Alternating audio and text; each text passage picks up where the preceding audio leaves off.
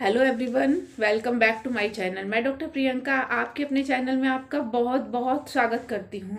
तो आज हम बहुत ही common problem UTI infection means urinary tract infection के बारे में बात करेंगे कि यूटीआई का इन्फेक्शन क्या होता है, क्या इसके कारण होते हैं, क्या क्या सिम्टम्स देखने को मिलते हैं आपको यूटीआई इन्फेक्शन में, और कौन सी होम्योपैथिक मेडिसिन आप यूज़ करके अपने यूटीआई इन्फेक्शन की प्रॉब्लम से निजात पा सकते हैं। तो अगर आप मेरे चैनल पे नए हैं, मेरा वीडियो पहली बार देख रहे हैं, तो please subscribe to my channel. तो यूटीआई का जो इन्फेक्शन होता है वो आपको किसी भी एज ग्रुप में देखने को मिल सकता है। ओल्ड एज ग्रुप में भी देखने को मिल सकता है और यंग एज ग्रुप में भी देखने को मिल सकता है। मेल में भी आपको देखने को मिल सकता है और फीमेल में भी देखने को मिल सकता है। तो ये जो यूटीआई का इन्फेक्शन होता है वो ई कोलाई बैक्टीरियल इन्फेक्शन होता है।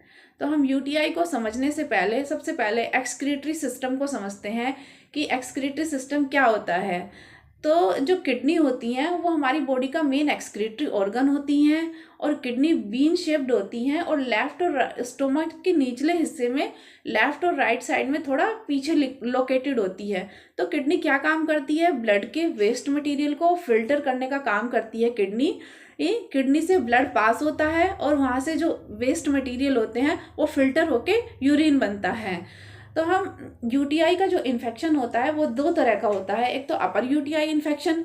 अपर यूटीआई इन्फेक्शन में किडनी इन्वॉल्व होती है, यूरेटर इन्वॉल्व होता है, तो अपर यूटीआई के इन्फेक्शन को पाइलोनेफ्राइटिस कहते हैं। एक लोअर यूटीआई का इन्फेक्शन होता है जिसमें जिसमें यूरिनरी ब्लैडर का इन्फेक्शन होता है, जिसको हम सिस्टाइटिस कहते हैं। और अगर यूरेथ्रा का इन्फेक्शन होता है तो उसको यूरेथ्राइटिस कहते हैं। तो जो अपर यूटीआई इन्फेक्शन और लोअर यूटीआई इन्फेक्शन दोनों को हम कलेक्टिवली यूटीआई इन्फेक्शन कहते हैं। तो यूटीआई इन्फेक्शन होने के क्या क्या कारण होते हैं, क्या क्या कारण आपको देखने को मिलते हैं यूटीआई इन्फेक्शन के? तो मोस्टली जो इन्फेक्शन होता है वो ई कोलाई बैक्टीरियल इन्फेक्शन होता है। 70% जो इन्फेक्शन होता है जिसके कारण आपको यूटीआई हो सकता है। तो अगर आपकी किडनी में इन्फेक्शन बना हुआ है तो भी आपको यूटीआई होने के चांसेस रहते हैं। अगर आप लंबे समय से यूरिन होल्ड करके रहते हैं तो भी आपको यूटीआई होने के चांसेस रहते हैं। अगर आपको किडनी स्टोन की प्रॉब्लम है तो भी आपको यूटीआई होने के चांसेस रहते हैं। अगर आप डायबिटीज के पेशेंट हैं जिसके कारण आपकी इम्यूनिटी कम हो जाती है तो भी आपको यूरिनरी ट्रैक्ट इन्फेक्शन होने के चांसेस रहते हैं।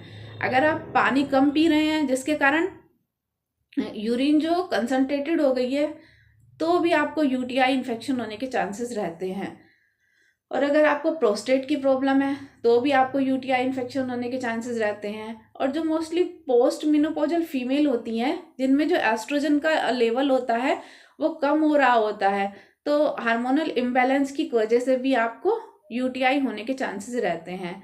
तो आपको पानी ज़्यादा पीना चाहिए, वाटर इनटेक ज़्यादा करने चाहिए। और प्रेगनेंसी में भी यूटीआई इन्फेक्शन होने के चांसेस ज़्यादा रहते हैं। और आपको हाइजीन प्रॉपर मेंटेन करनी चाहिए और प्रॉपर वाटर इनटेक करना चाहिए। तो कौन कौन से सिम्टम्स देखने को मिलते हैं आपको यूटीआई इन्फेक्शन में? एक तो आपको बर्निंग सेंसेशन फील होता है, यूरिन पास करते टाइम जलन जैसी फील होती है, और फ्रिक्वेंट यूरिनेशन होता है, बार बार यूरिन जाने की आपको इच्छा होती है। और अगर आपको ज़्यादा यूटीआई इन्फेक्शन हो जाता है तो ब्लड मिक्स करके आता है और बहुत ही फाउल सी स्मेल आती है और आपको पिंचिंग टाइप का पेन देखने को मिलता है यूटीआई इन्फेक्शन में। अगर आपका यूटीआई इन्फेक्शन बढ़ जाता है तो बढ़ जाने की वजह से आपको फीवर भी आ सकता है और वोमिटिंग सेंसेशन भी आपको फील हो सकता है और लोअर एब्डोमेन पेन भी आपको फील हो सकता है यूटीआई इन्फेक्शन की वजह से। अगर आपको इस तरह के सिम्टम्स देखने को मिल रहे हैं तो आप अपना एक यूरिन टेस्ट करा लीजिए। तो अगर उसमें पस सेल 8 से 10 आती है तो आपको यूटीआई इन्फेक्शन है। और यूटीआई इन्फेक्शन होने की वजह से बॉडी में थकावट भी फील होती है और कमजोरी भी देखने को मिलती है। तो अब मैं इसकी होम्योपैथिक मेडिसिन बताऊंगी कि कौन सी होम्योपैथिक मेडिसिन आप यूज करके अपने यूटीआई इन्फेक्शन की प्रॉब्लम को दूर कर सकते हैं। तो मेरी फर्स्ट मेडिसिन है berberis vulgaris mother tincture. Berberis vulgaris mother tincture अगर आपको किडनी स्टोन के कारण यूटीआई इन्फेक्शन बना हुआ है तो आपको बेस्ट रिजल्ट देखने को मिलेंगे। आप इसकी 20 बूंद आधे कप पानी में दिन में 3 बार आप ले सकती हैं। आप यूटीआई इन्फेक्शन में इसमें बेस्ट रिजल्ट देखने को मिलेंगे। तो अगर आप अपनी जो मेडिसिन है वो सिम्टम के बेस पे ही लें। अगर आपके सिम्टम मैच हो रहे हैं तो आप इस सिम्टम के बेस पे अपनी मेडिसिन लें। तो अगर आपको यूटीआई बार बार हो रहा है, बार बार यूटीआई हो जाता है, तो बार बार यूटीआई होने की वजह से आप मेडोराइनम 200 ले सकते हैं। मेडोराइनम 200 दिन में एक बार आप ले सकते हैं, 2 बूंद 1 मंथ तक लीजिए, तो आपको यूटीआई इन्फेक्शन आपका कम हो जाएगा। और मेरी एक तीसरी मेडिसिन है, अगर आपको यूटीआई इन्फेक्शन यूरिन के साथ ब्लड मिक्स करके आ रहा है, साथ ही फाउल स्मेल, बहुत ही फाउल स्मेल देखने को मिलती है और पेन बना रहता है, तो यूटीआई इन्फेक्शन के कारण आपको पेन बना रहता है और साथ ही ब्लड भी आता है मिक्स करके, तो आप टेरेबिन्थिना 30 की 2 बूंद दिन में 3 बार आप ले सकते हैं, 2 ड्रॉप दिन में 3 बार। 1 मंथ तक अगर आप इस मेडिसिन को लेंगे तो आप देखेंगे कि आपका जो ब्लड आ रहा था वो भी आना बंद हो जाएगा और आपका यूटीआई जो इन्फेक्शन है वो ठीक हो जाएगा। मेरी एक डॉक्टर रैकवैक की मैं एक ड्रॉप बताने जा रही हूँ जो हर तरह की यूटीआई इन्फेक्शन में काम करती है। अगर आपको अपर यूटीआई का इन्फेक्शन है तो वो उसमें भी काम करेगी, अगर आपको लोअर यूटीआई का इन्फेक्शन है तो वो आपको उसमें भी काम करेगी। डॉक्टर रैकवैक की R18 ड्रॉप बहुत ही इफेक्टिव मेडिसिन है यूटीआई इन्फेक्शन को दूर करने के लिए। तो आपको अगर किडनी का इन्फेक्शन है, ब्लैडर इन्फेक्शन है, यूरेथ्रा का इन्फेक्शन है, ये सब में बहुत ही इफेक्टिव है। मैं इसको लेने का तरीका बता रही हूँ।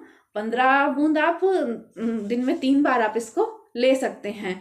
अगर डॉक्टर रैकवैक की R18 ड्रॉप बहुत ही इफेक्टिव है, आप इसको 1 मंथ तक यूज़ करिए 10 से 15 बूंद, तो आपका जो यूटीआई इन्फेक्शन है वो ठीक हो जाएगा।